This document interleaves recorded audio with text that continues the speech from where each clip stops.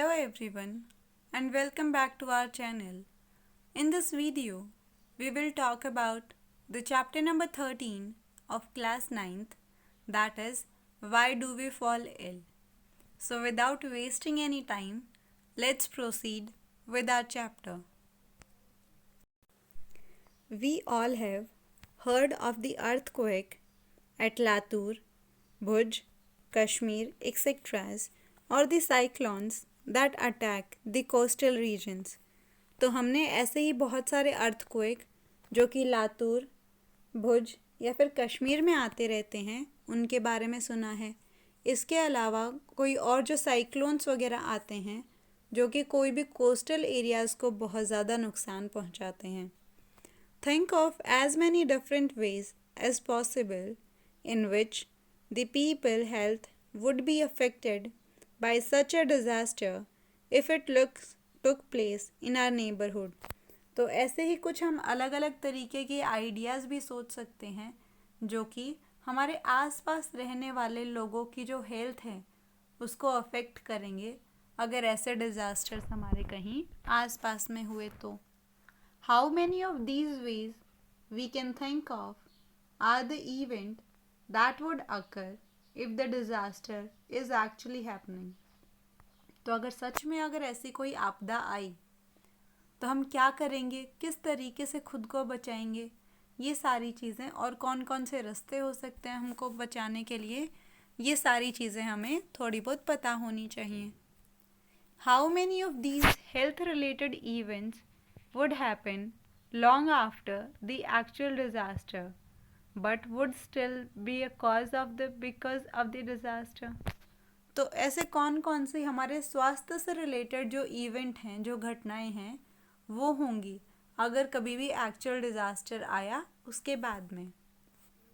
Why would one effect on health fall into the first group and why would the other fall in the second group?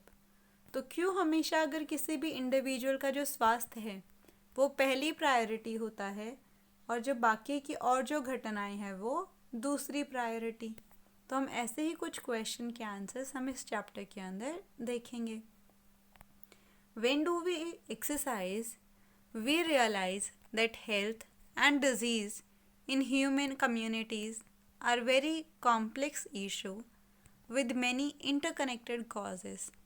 तो जब हमने ऊपर वाली activity करी, हमने उस एक्टिविटी के बारे में पढ़ा तो हमें एक चीज़ ज़रूर रियलाइज़ हुई, यानी एक चीज़ ज़रूर समझ में आई कि हमारी जो हेल्थ है, हमारा जो स्वास्थ्य है और जो बीमारियां हैं हमारी ह्यूमन कम्युनिटीज़ के अंदर यानी हमारे आस पड़ोस में एक बहुत ही कॉम्प्लेक्स इशू है, यानी काफ़ी उलझा हुआ इशू है with which many interconnected causes, और इनका आपस में एक गहरा संबंध भी है. We also realise that the idea of what health and disease mean are themselves very complicated.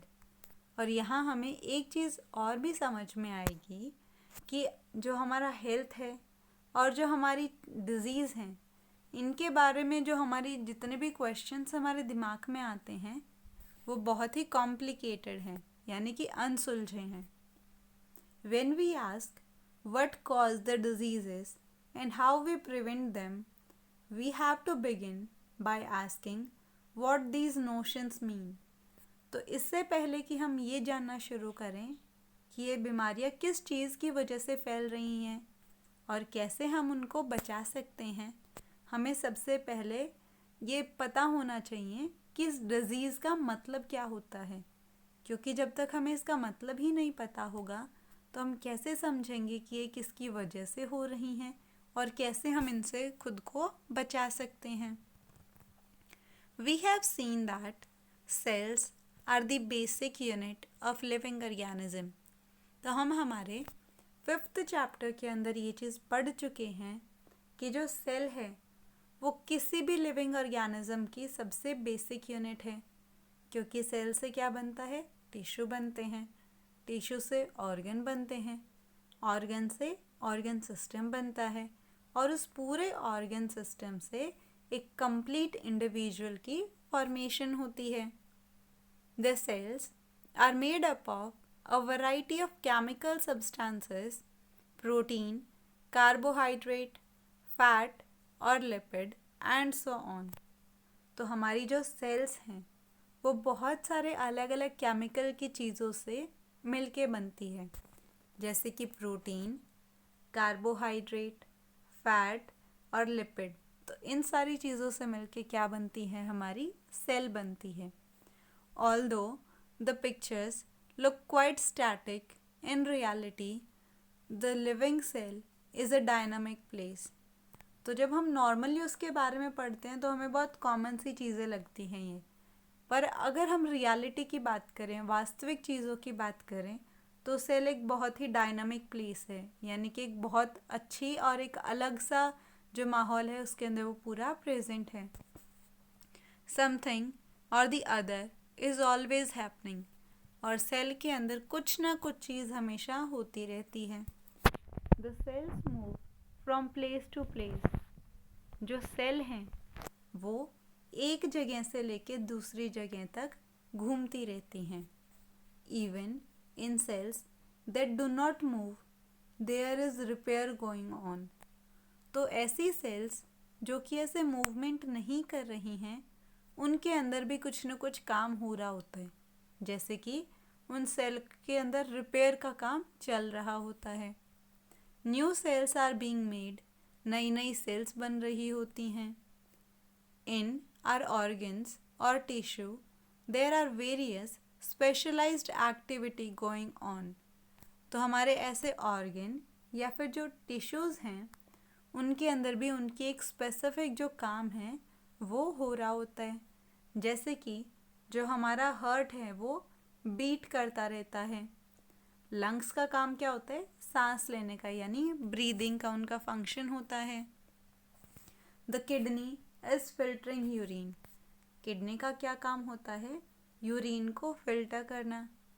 The brain is thinking, और जो हमारा दिमाग है उसका क्या काम होता है, सोचने का। तो ऐसे ही हमारे शरीर के अलग अलग हिस्सों के अंदर कोई ना कोई काम ज़रूर चल रहा होता है, चीज़ रेस्ट पे नहीं होती हैं। All these activities are interconnected, और ये जो सारे काम हो रहे हैं, चाहे वो दिमाग सोच रहा है, किडनी यूरिन फिल्टर कर रही है, लंग्स बेशक ब्रीदिंग का काम कर रहे हो, पर फिर भी इनके जो काम हैं वो एक दूसरे से कनेक्टेड ज़रूर हैं, यानी एक दूसरे से उनका रिलेशन कुछ न कुछ तरीके से है। For example, if the kidneys are not filtering urine, the poisonous substances will accumulate. तो एग्जाम्पल से आपको ये बात समझाई है कि अगर हमारी जो किडनी है उसने अपना काम करना बंद कर दिया, किडनी का क्या काम क्या था, यूरिन को फिल्टर करने का।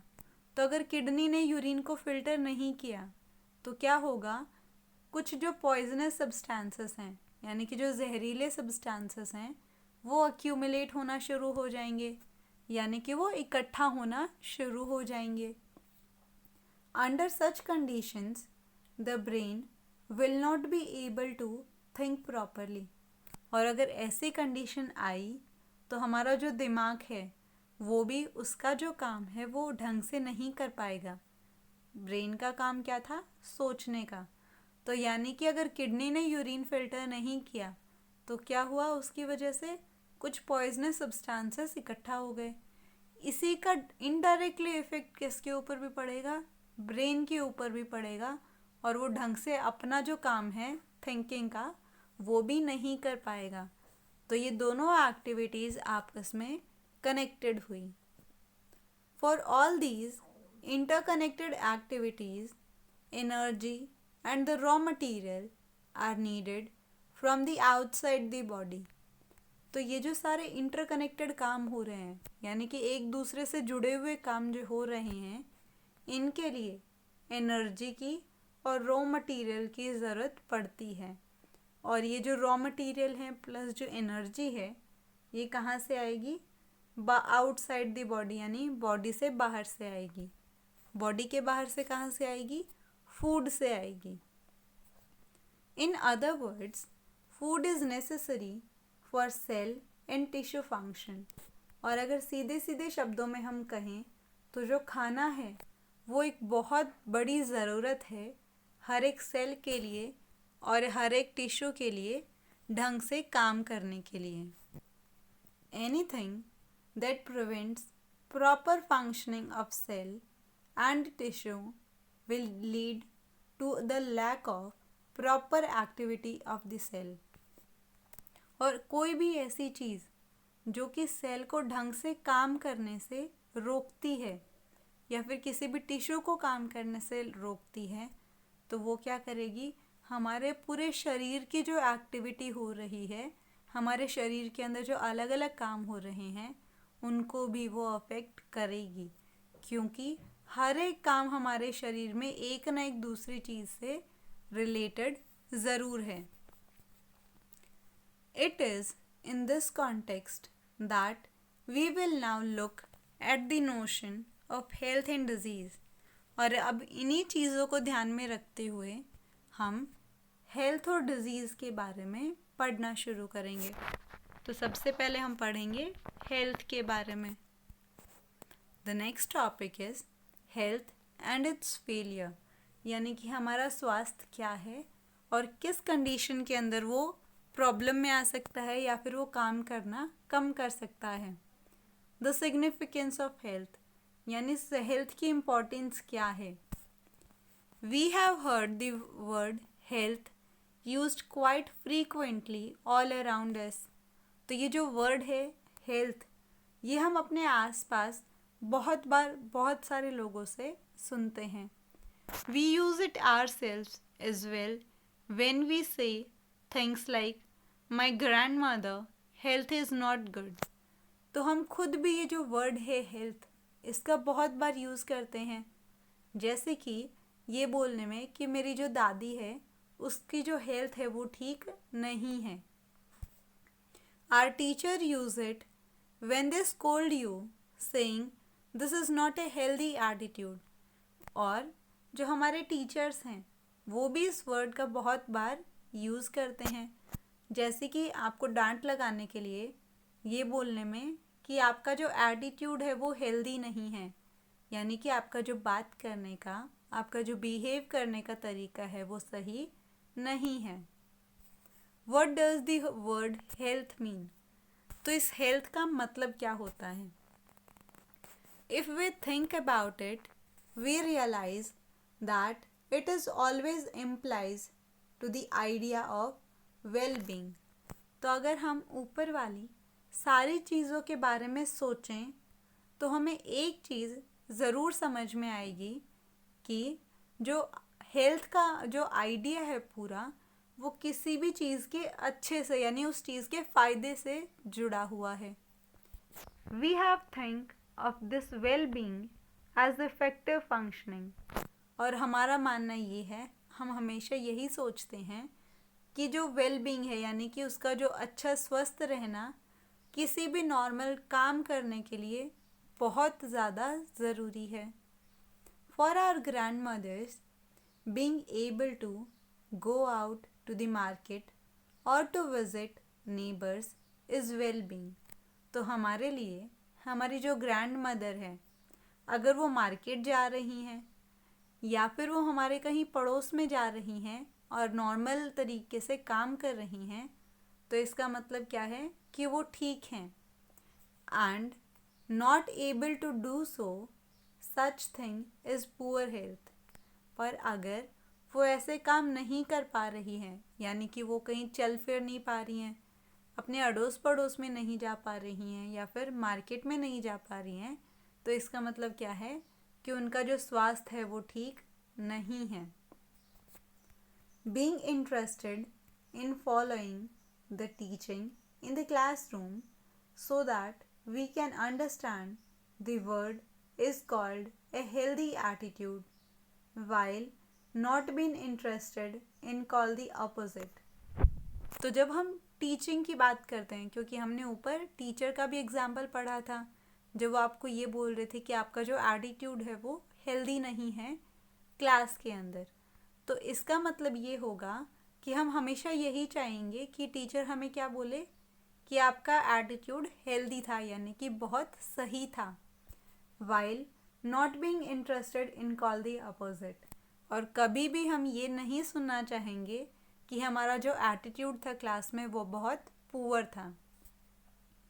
Health is therefore a state of being well enough to function physically, mentally and socially. तो यहाँ पे जो सबसे इम्पॉर्टेंट लाइन आई है वो हेल्थ की डेफिनेशन है। तो हेल्थ की डेफिनेशन को हम क्या बोल सकते हैं कि किसी भी इंसान की वो स्टेट जिसके अंदर वो फिज़िकल तरीके से यानी शारीरिक तौर से, मेंटली यानी मानसिक तौर से, और सोशली यानी सामाजिक तौर से बहुत अच्छे से काम कर सके, उसको हम एक इंडिविजुअल की हेल्थ बोलते हैं। तो यहाँ से अगर कभी आपसे क्वेश्चन पूछा जाए कि व्हाट इज़ हेल्थ, तो उस हेल्थ की डेफिनेशन होगी कि a state of being well enough to perform well physically, mentally and socially, यानी कि वो कंडीशन या वो जगह जहाँ पे कोई भी इंडिविजुअल बहुत अच्छे से शारीरिक, मानसिक और सामाजिक तौर से काम कर पाता है। Next topic is personal and community issue both matter for the health, यानी हेल्थ के लिए कौन कौन सी ऐसी चीज़ें हैं जो ज़रूरी होती हैं। तो सबसे पहला तो है खुद की हेल्थ, खुद का स्वास्थ्य, प्लस हमारी जो कम्युनिटी है यानी कि जो एरिया है जहाँ पे हम रह रहे हैं वहाँ पे कौन कौन से इश्यूज़ हैं, कौन कौन सी प्रॉब्लम्स हैं, वो दोनों हेल्थ को बहुत मैटर करवाती हैं। If health means a state of physical, mental and social wellbeing, it can't be something that each one of us can achieve entirely on our own। तो अगर हम हेल्थ की डेफिनेशन ये लेके चल रहे हैं कि वो फिज़िकल, मेंटल और सोशली तरीके से बिल्कुल सही होना चाहिए, तो ये एक इस टाइप की चीज़ है जो कि हम खुद अकेले नहीं कर सकते हैं। अपने आप पे हम इन तीनों चीज़ों को अचीव नहीं कर सकते हैं। फॉर एग्ज़ाम्पल, अगर हम फिज़िकली भी फिट हैं, अगर हम मेंटली भी ठीक हैं, पर अगर हमारे आसपास की सोसाइटी ख़राब है तो हम सोशली वेलबींग नहीं होंगे, और अगर हमारी सोसाइटी ख़राब हुई तो हमें मानसिक तौर पे भी दिमाग के अंदर प्रॉब्लम या फिर जो हमारा वे ऑफ थिंकिंग है वो चेंज ज़रूर होगा। तो ये तीनों चीज़ें आपस में रिलेटेड हैं और सिर्फ हम ही इन चीज़ों को मेंटेन नहीं करवा सकते हैं। इसके लिए हमारा आसपास कैसा है वो बहुत मैटर करता है। The health of all organisms will depend on their surrounding और their environment। तो किसी भी ऑर्गेनिज्म का स्वास्थ्य उसके आसपास के एनवायरनमेंट के ऊपर डिपेंड ज़रूर करता है, यानी कि उसका आस पड़ोस कैसा है, उसके आसपास का एनवायरनमेंट कैसा है, ये बहुत ही ज़रूरी है किसी भी इंसान को हेल्दी रहने के लिए। The environment includes the physical environment। Environment का मतलब क्या हुआ कि हमारा फिज़िकल एनवायरनमेंट कैसा है, यानी कि हमारे आस पड़ोस का जो वातावरण है वो कैसा है। For example, health is at risk in a cyclone in many ways. Example, हमारा जो स्वास्थ्य है, अगर कोई भी साइक्लोन यानी कोई भी बवंडर आया है तो उस टाइम पे ठीक नहीं हो सकता है। तो इसका मतलब ये कि हमारा जो एनवायरनमेंट है वो भी बहुत ज़रूरी है हमारी हेल्थ के लिए।